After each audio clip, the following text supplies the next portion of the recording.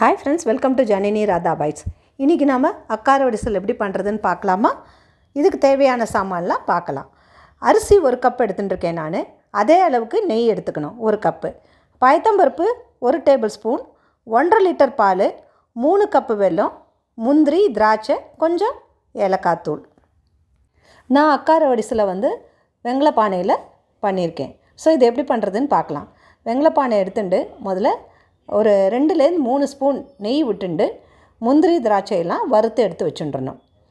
அது வறுத்து எடுத்து வச்சுட்ட உடனே பயத்தம்பருப்பு 1 டேபிள் ஸ்பூன் வச்சுட்டுருக்கோம்ல, அதை எடுத்து நல்லா வறுத்துக்கணும். கொஞ்சம் ஓரளவுக்கு சூடு பொறுக்க வறுத்துண்டா போகிறோம். அடுத்ததான் நம்ம என்ன பண்ணோம்னா, 1 கப்பு அரிசி எடுத்துட்டுருக்கோம்ல, அது நல்லா களைஞ்சிட்டு இந்த வறுத்து வச்ச பயத்தம்பருப்பு இருக்கு இல்லையா, அது கூட சேர்க்கணும். இப்போ இந்த அரிசி பருப்பில் நல்லா 1/2 லிட்டர் பால் முதல்ல விடணும். சிம்மில் வச்சு வேக வைக்கணும். ஏன்னா அடி பிடிச்சிடும். மொல்லமாக தான் வேகும், கொஞ்சம் டைம் ஆகும். நன்னா கொதிக்கிறது பாருங்கள். இந்த கொஞ்சம் பால் குறைஞ்ச உடனே திருப்பி நம்ம பாலை விடணும். நான் 1,5 லிட்டர் எனக்கு பால் ஆயிருக்கு. இன்னும் கூட வேணும்னா நீங்கள் சேர்த்துக்கலாம்.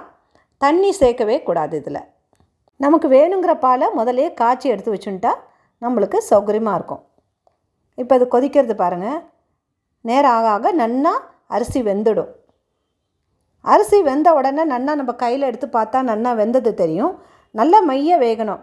கொஞ்சம் வேகலைன்னா கூட வெல்லம் போட்ட உடனே முழிச்சுண்டுரும். இப்போ நல்லா வெந்த உடனே வெல்லத்தை சேர்க்க வேண்டியதான். நல்லா மைய வேகும் பாருங்கள். பார்த்தாலே ஒரு க்ரீமி லேயர் தெரியும். அப்போ வெல்லத்தை சேர்க்க வேண்டியதான்.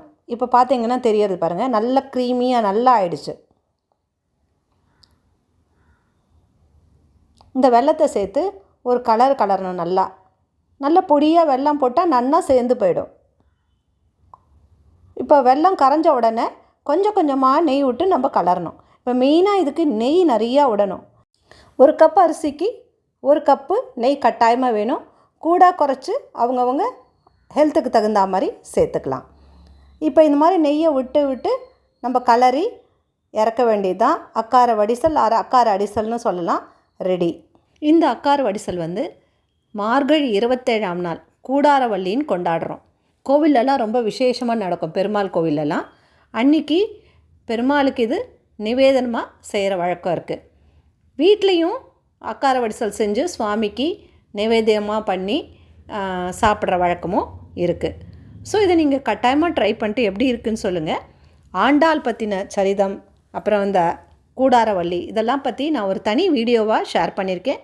அதையும் நீங்கள் கட்டாயமாக பாருங்கள். பார்த்துட்டு உங்கள் ஃபீட்பேக் சொல்லுங்கள்.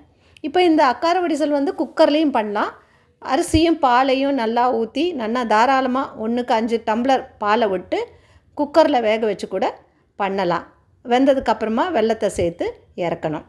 பட் இப்படி பண்ணால் கொஞ்சம் சௌகரியமாக இருக்கும். நல்லா க்ரீமியாக வரும். பார்த்து செய்ய முடியும். ஸோ நீங்கள் உங்களுக்கு எப்படி தேவையோ அது மாதிரி ட்ரை பண்ணி பாருங்கள். தேங்க்யூ.